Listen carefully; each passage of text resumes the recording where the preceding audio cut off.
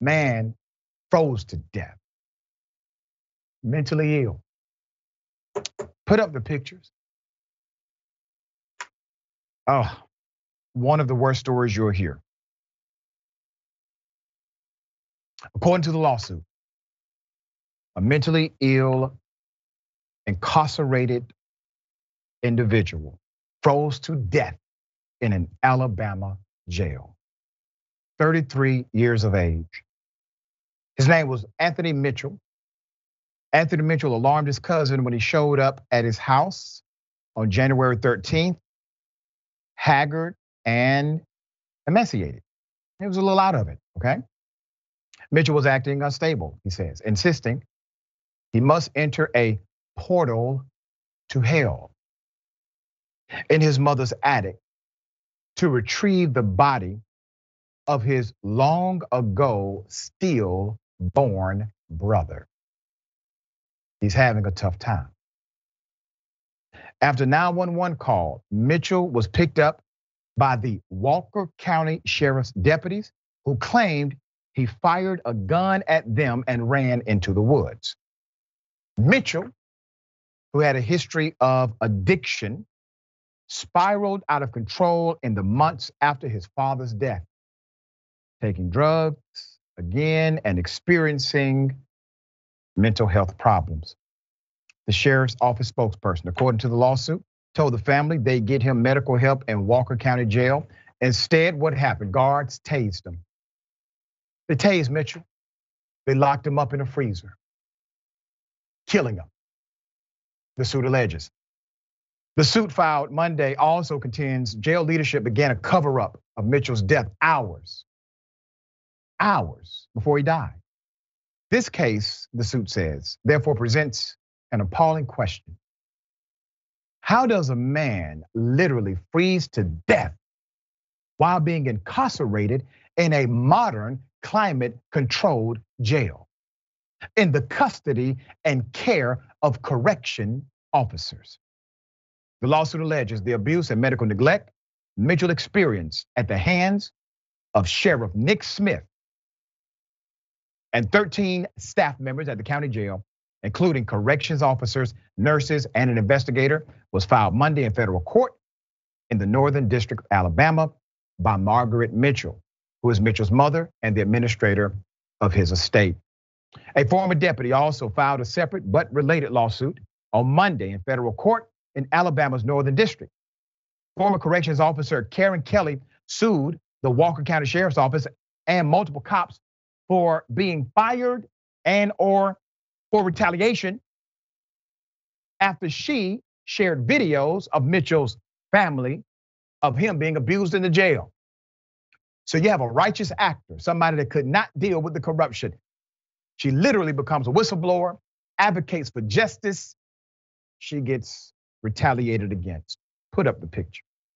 The suit says that Mitchell was put in isolation, not meant to hold inmates. What in the hell does that mean? Isolation, not meant to hold inmates, is what she said. In the booking area of the Walker County Jail, where he was left for most of the 14 days before his death and not given medical treatment.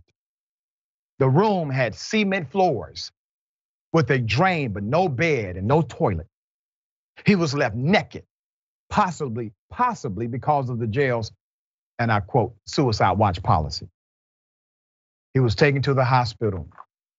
Jail incident reports from January 26, viewed by Kelly, states 2 officers, Braxton Key and Jacob Smith, found Mitchell unresponsive at feeding time around 4 a.m. The family's suit alleges he had been left for hours in a restraint chair in a jail freezer before the officers found him. The jail kitchen typically opens at 3 a.m.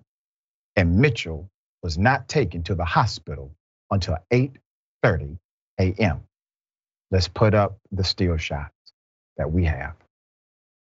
Look at that. At 8:30 a.m., officers removed Mr. Mitchell from his cell into a wheelchair, which he fell out of. His body made slow and spasmodic movements. Let's go to the next. 4 deputies then carried Mitchell out to an SUV. They placed him on the ground, allowing his head to rest on the concrete. In the video, he appeared unconscious. Officers then lifted him into the vehicle and drove him to the medical center. By the time they reached the hospital, Mitchell was breathing with difficulty, and deputies did not tell hospital staff Mitchell had been put in a damn freezer. Mitchell was cold to the touch when he arrived to the ER. Learning that Tony was hypothermic caused physicians to immediately change their course of treatment, as the measures they had initially employed were inappropriate to resuscitate a person who is severely hypothermic, the suit stated. After 3 hours of trying to save Mitchell, he was pronounced dead at 1:15 p.m. Basically, the family is saying, listen, if you would have told the truth upon arrival, the medical staff could have tried to actually help him based on that information, and it may have worked. Put up the picture of the sheriff. That's old Nick Smith, all right? Nick here, and communications officer TJ Armstrong gave a statement after CBS 42 reported on the family's story, saying, and I quote, the inmate was alert and conscious when he left the facility and arrived at the hospital. Damn lie. Damn lie.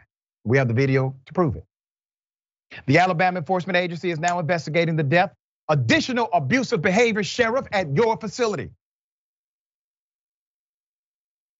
What you looking at? You're looking at jail staff. This was captured on security video. Guards dragging Mitchell out of a shower room as he lied naked on the ground. That's abuse. Next picture. January 15th, 2 days after he was taken to the jail, shows him being tased naked by a group of officers in the doorway of his isolation cell. Next picture. Mitchell relied on false teeth after years of drug use and lost his teeth as he was tased. Officer confiscated them, so an already out of it Mitchell was unable to chew food and went days without eating. The teeth were returned to Mitchell's mother after they killed him. Let me say this, sheriff, and to your deputies. None of you are real men. You're cowards. I tell your mama you're a coward. You take a mentally ill individual who really just needs help. You told the family you were going to provide help. They believed you. You tortured them. You tortured him. Now, I don't think you all believed he would die. You're just depraved and evil. You cannot see the end of the beginning of your evil. It just plays out as it does. I don't believe this was the first man you have tortured in this way. I think there are many more. So what I have done, gentlemen, is I have forwarded this story directly to Senator Jon Ossoff, who's in charge of the Permanent Subcommittee on Investigations for the US Senate. I will expect a response from his office in the next few days. Shame on every single one of you. Sharing thoughts here. Senator Ossoff, I believe, will respond, and I hope that it is with power and swiftness, Dr. Richey. These are sick, pathetic demons. Yeah. Sick, pathetic demons who work in concert. You're right, okay? I think you're a genius, but you don't have to be to know that it wasn't their first time doing this kind of filth.